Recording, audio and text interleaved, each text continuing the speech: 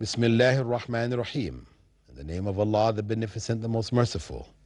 I'd like to welcome you, dear viewers, to another in our series, Understanding the Qur'an. Assalamu alaikum wa rahmatullahi wa barakatuh. May Allah's peace and blessings be on each and every one of you. In this segment of our series, we are looking at the 57th chapter of the Qur'an, Surah Al Hadeed, the chapter of iron. And we completed in our previous episode the 9th verse. So we now go on to the 10th, where Allah, after pointing out that He had sent guidance to us, taken us out of darkness to light, the Qur'an, the message, the final and pure message, and that this was a mercy from Himself to us, He then goes on to address our lives, the mercies He has given us, and our responsibilities as to what to do with these mercies. He said in the 10th verse, وما لكم ألا تنفقوا في سبيل الله ولله ميراث السماوات والأرض لا يستوي منكم من أنفق من قبل الفتح وقاتل أولئك أعظم درجة من الذين أنفقوا من بعد وقاتلوا وكلا وعد الله الحسنى والله بما تعملون خبير. And why do you not spend in Allah's cause, when the inheritance of the heavens and the earth belongs to Allah? Those who spend and fought before the conquest are not the same as those who did so after. They are higher in degree than those who spent and fought afterwards. But Allah has promised both good, and Allah is well aware of whatever you do. Allah begins the 10th verse with a rhetorical question. Why do you not spend in Allah's cause when the inheritance of the heavens and the earth belongs to Allah? If we know that everything that exists in this world is Allah's, He owns everything. It all belongs to Him. He created it. It is His. If we know that, then why should we be reluctant in spending in the way that He has prescribed? Whether it is for fighting against evil, jihad, on a military level, or it is for fighting against poverty, which becomes charity. Whatever level, Allah has commanded us, has instructed us to spend of our wealth for His pleasure, not seeking reward from ourselves. Why should we be reluctant to do this, when ultimately He inherits everything which this world has? It all goes back to Him. We, whatever we have of the things of this world, we use it and we lose it. What we don't use, we lose. And what we use, which is just merely for our pleasure, in the end we lose it. It does not benefit us beyond this life.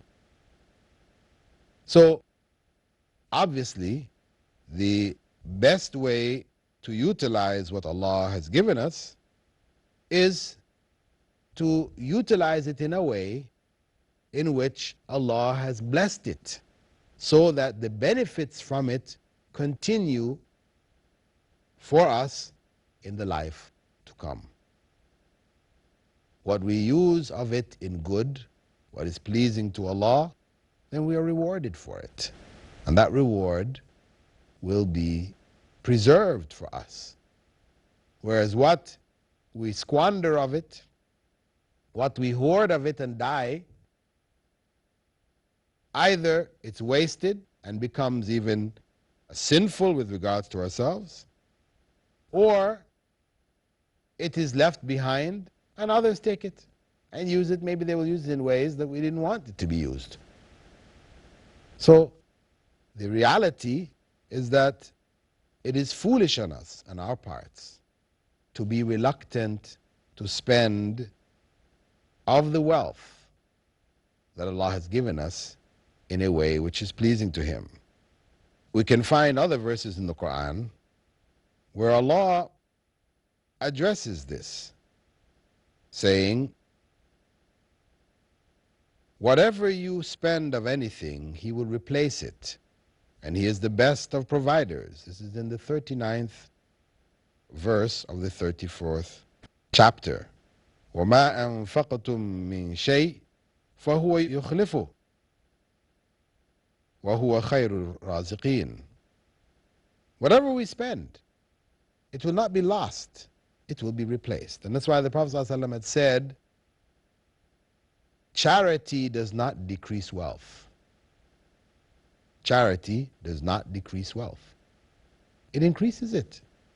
What is obvious to us is that if we see somebody collecting money for some cause or whatever, and we take some money out of our pockets and we've given it, then the money we have remaining is less. But the Prophet ﷺ said, charity does not decrease wealth. This is what Allah said, that whatever you spend, He will replace it. He will replace it with greater than it, because what you have given is kept as reward for us, for ourselves, on the day of judgment. We will benefit from it. It is to our benefit. Also Allah said, whatever is with you will be exhausted, and whatever is with Allah will remain. This is the 96th verse of the 16th chapter. مَا عِنْدَكُمْ يَنْفَدْ وَمَا عِنْدَ اللَّهِ بَاقٍ. So, whatever we have, it will be finished. It will not continue forever. But what is with Allah, whatever good we do, which Allah has saved and recorded for us, it remains. It will come back for us. These verses all call us to reflect on the realities of the possessions and the things of this life, which can easily delude us. You know, as Allah mentioned, that Satan deludes us with the desire for the wealth of this world. Just the running after it clouds our vision and makes us unaware of the realities of life. So Allah here calls us to reflection on the reality that whatever He has given us is a trust. It is really not ours to do with as we please, though we may look at it that way. It in reality is a trust, which we have specific ways in which we should use it. So we are limited. Some people say, well, you know, this religion is very constraining. You're not free to do whatever you want to do. Why? Because freedom to do whatever you want to do will end up in corruption. The Prophet ﷺ described this life with regards to the believers and disbelievers, saying, Ad-dunya sijnul mu'min. This world is a prison for the believer, a prison that he or she makes for themselves. They're restricted. They're not free to do whatever they want to do. Wa jannatul kafir, and the paradise for the disbeliever. Paradise where people do whatever they desire. Is what Allah describes paradise as, us being able to fulfill whatever we desire there. So people seek, those disbelievers, they seek in this world to get whatever they desire. They worship their desires. So Allah calls us to reflect on this reality, the reality that whatever we have been given is a trust, is not ours. So therefore, those who trust and depend on Allah, they believe in Allah as He should be believed in, and they have put their full trust in Him, They will spend. They will spend from the wealth they have. They will give. And they will not fear poverty or destitution coming to them from God. They will not fear it because they have trusted in God. As the Prophet ﷺ on another occasion said, whoever makes this world their goal, whoever takes this world as the goal, the accumulation of the things of this world, then Allah will put poverty between their eyes, and their affairs will be scattered, and they will only get of this world what Allah has destined for them anyway. But they will always have poverty between their eyes. They'll be having so much money, but they're still seeing poverty. What do I have to do? I have to make sure to protect this money. Maybe people might steal some. People who want to be our friends, we say, no, why does he want to be our friend? Because maybe he wants to get some of our money, whatever. We're suspicious of everybody. Life is without contentment. Those who trust and depend on Allah, they believe in Allah as He should be believed in, and they have put their full trust in Him, they will spend. They will spend from the wealth they have. They will give. And they will not fear poverty or destitution coming to them from God. They will not fear it because they have trusted in God. As the Prophet ﷺ on another occasion said, whoever makes this world their goal, whoever takes this world as the goal, the accumulation of the things of this world, then Allah will put poverty between their eyes, and their affairs will be scattered, and they will only get of this world what Allah has destined for them anyway. But they will always have poverty between their eyes. They'll be having so much money, but they're still seeing poverty. What do I have to do? I have to make sure to protect this money. Maybe people might steal some. People who want to be our friends, we say, no, why does he want to be our friend? Because maybe he wants to get some of our money, whatever. We're suspicious of everybody. Life is without contentment. You read about the stock market crashing and people jumping out of windows, stockbrokers, etc., jumping out of windows. Why? Because they became flat broke? No. Instead of having 8 million, they dropped down to 1 million. They lost 7 million and they're killing themselves. This is exactly what happens in this world, where people become so engrossed in the things of this world, the realities of life are lost. They can only judge things in terms of what brings pleasure, what brings the trappings of enjoyment of this life, and what will reduce it. Those things which reduce it are evil, those which increase it are good. So, if you need to steal, you need to cheat, you need to whatever, to get to these things, then it's okay. The ends justify the means. If it will get us a palace, a comfortable life, of pleasure, then we can do anything. The mafia, we will kill, we will steal, we will murder, we will kidnap, whatever. Then we'll get it. But we have been blinded to the realities of this world. Unfortunately, we even find Muslims involved in this.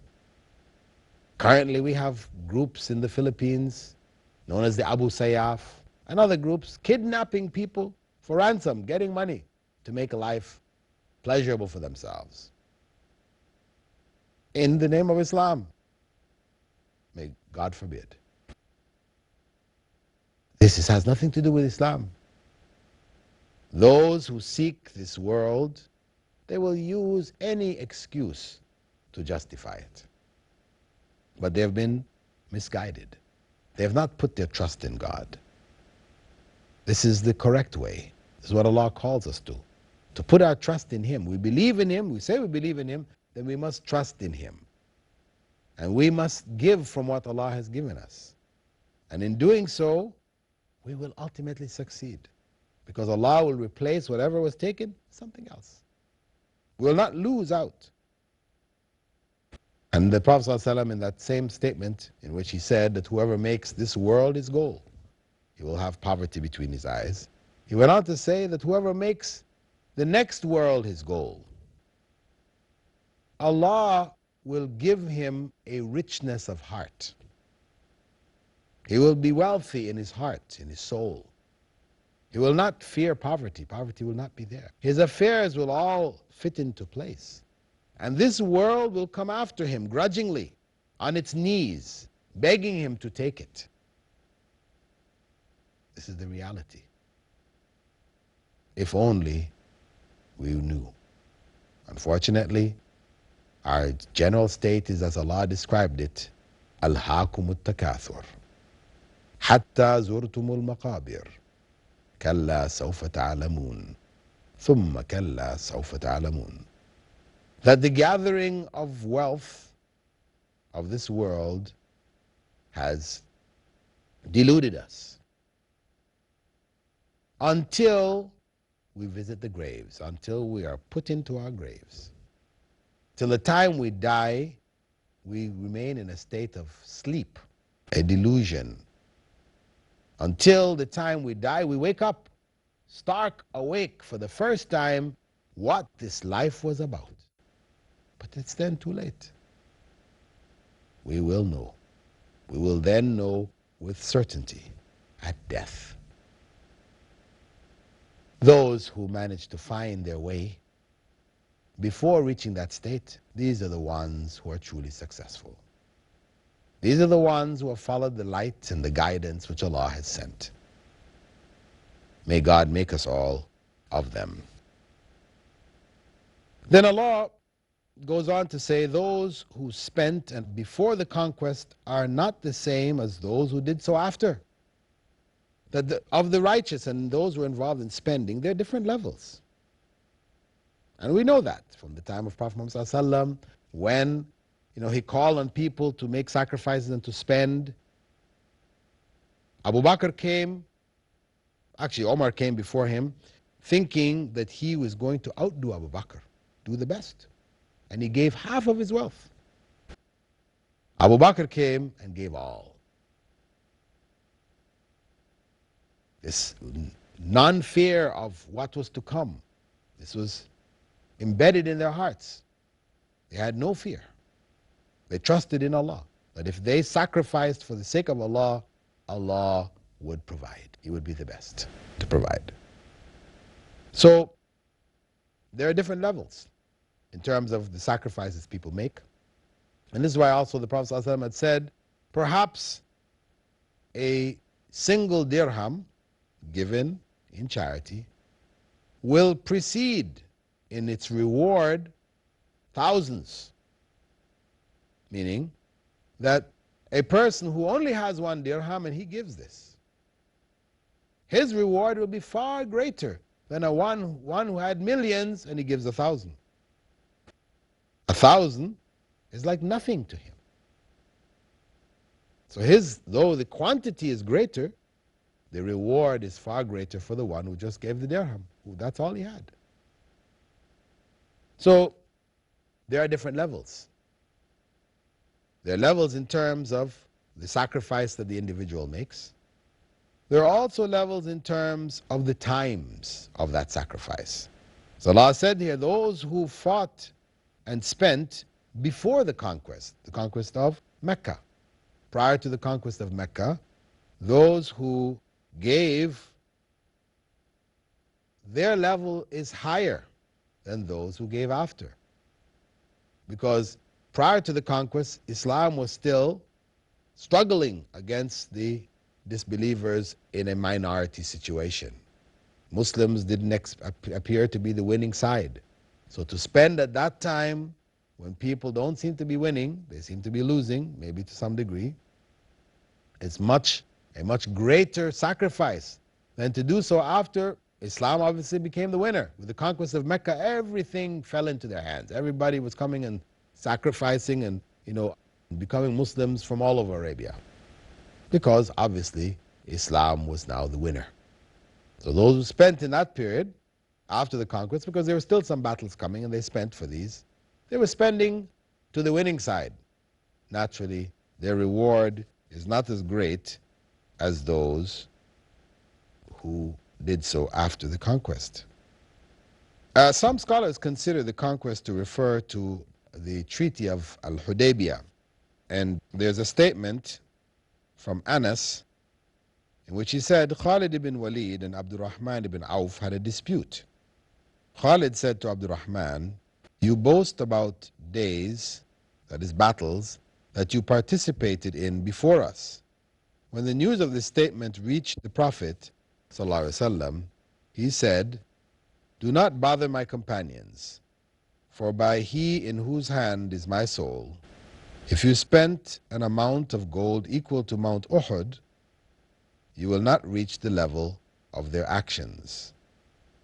And it is known that Khalid ibn Walid, whom the Prophet ﷺ addressed this statement, also embraced Islam, but during the period between the Treaty of Hudaybiyah and the conquering of Mecca. So the dispute between Khalid and Abdurrahman occurred because of the Battle of Jadhima.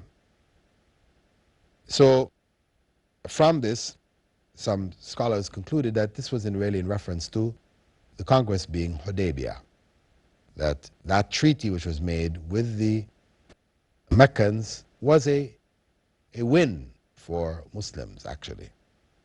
And inshallah, we will continue to look at the issue of the conquest in our coming episode.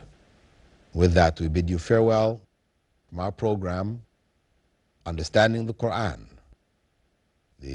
looking at the 57th chapter of the Qur'an, Surah Al Hadeed. Assalamu alaikum wa rahmatullahi wa barakatuh.